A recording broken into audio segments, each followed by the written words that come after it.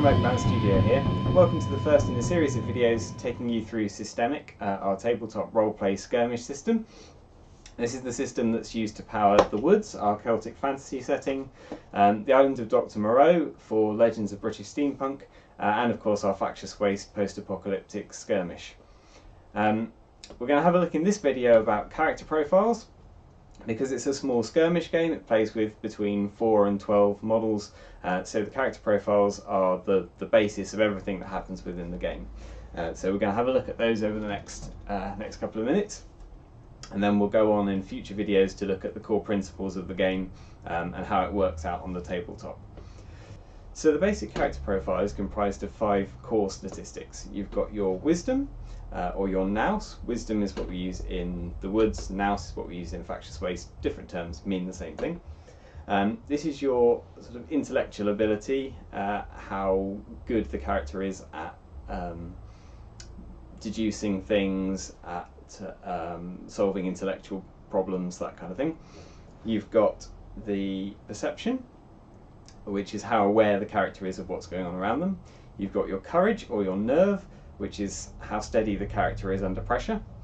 You've got your agility, which is a sort of athletic ability, and you've got strength, which is both physical strength and resilience, determination, emotional stability, that kind of thing.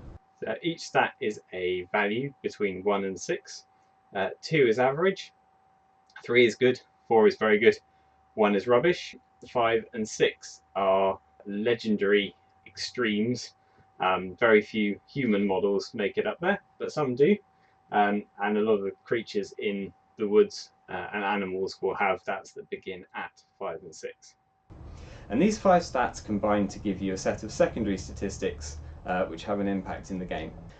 Your nous and your wisdom combines with your perception to give you charisma, which is the statistic that you use to influence your opponent's pieces on the board by trying to charm them over to your way of thinking. You've got your perception and your nerve or courage together, which gives you your accuracy. So the better your vision and the calmer you are under pressure, the more accurate you are at shooting weapons, throwing things, doing anything at a distance. Your nerve or courage and your agility together give you your dexterity, which is largely used for moving around, and your agility and your strength together give you your finesse, which is mostly used for close combat, grappling, fighting hand to hand, that kind of thing. You've also got your presence, which is given by your strength and your wisdom or nous. That's, if you like, a command value when you're performing speaking actions, when you're ordering your own models around. That's the value that's used. That also gives you your menace value, which we'll talk about a bit in a future video, but menace is basically your presence plus and minus modifiers from equipment that you're carrying. For instance, a character in Factious Waste with a chainsaw has quite a high menace value, but it's also influenced by the models that are around you and the models that the target model can see. We'll look at that in a more detailed video. So those are your secondary statistics.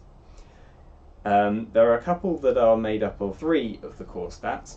So your wisdom, nous, your perception and your courage or nerve combine to give you your decisiveness, and that affects when you activate during the turn. So the earlier the model activates, the higher its decisiveness. The other way around, the higher its decisiveness, the earlier it activates.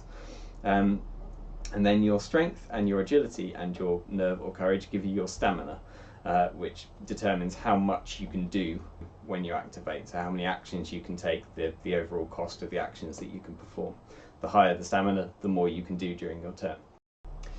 So you also have endurance, which is independent of all of the other statistics, and this is effectively how many lives you have, how much damage the character can take. So if a model on the tabletop is reduced to 0 endurance, it's taken out of action, it's laying down. It's not removed from play, it can still be healed back into positive endurance by healers, medics, people with medikits, all kinds of things. but it plays no further part in the game until it's back in positive endurance. It can also be taken into minus endurance. You can be taken down to -6, at which point the model is dead, it's removed completely, plays no further part in the campaign. The way you add to your endurance is by wearing armour. So if you're wearing leather armour, padded armour, it adds a bit to your endurance. If you're wearing chainmail, you're wearing flak armour, adds a bit more. If you're wearing plate armour, or you're wearing shell armour, it adds a bit more to your endurance, so that boosts it up. But you take hits on armour's endurance separate to the endurance of your character, so you nominate whether you want it to hit the character or the armour. The armour's endurance is abraded, and when it reaches 0, the armour is totally useless and you have to go and buy some more. If your armour's only reduced to a fraction of its starting endurance, then you can get it repaired by people with appropriate skills, or go and visit a local smith, or take an armour service at a location, and they will restore it back up to its full strength. So it's worth balancing how much you take on your character and how much you take on your armour to make sure that you're not out of pocket at the end of the day. So those are the basic character statistics that make up the game. In the next video we're going to have a look at how that actually works out. We're going to look at the principles of perception, performing actions, and measuring ranges and looking at values, which are how the statistics affect the gameplay. So join us next time. Cheers!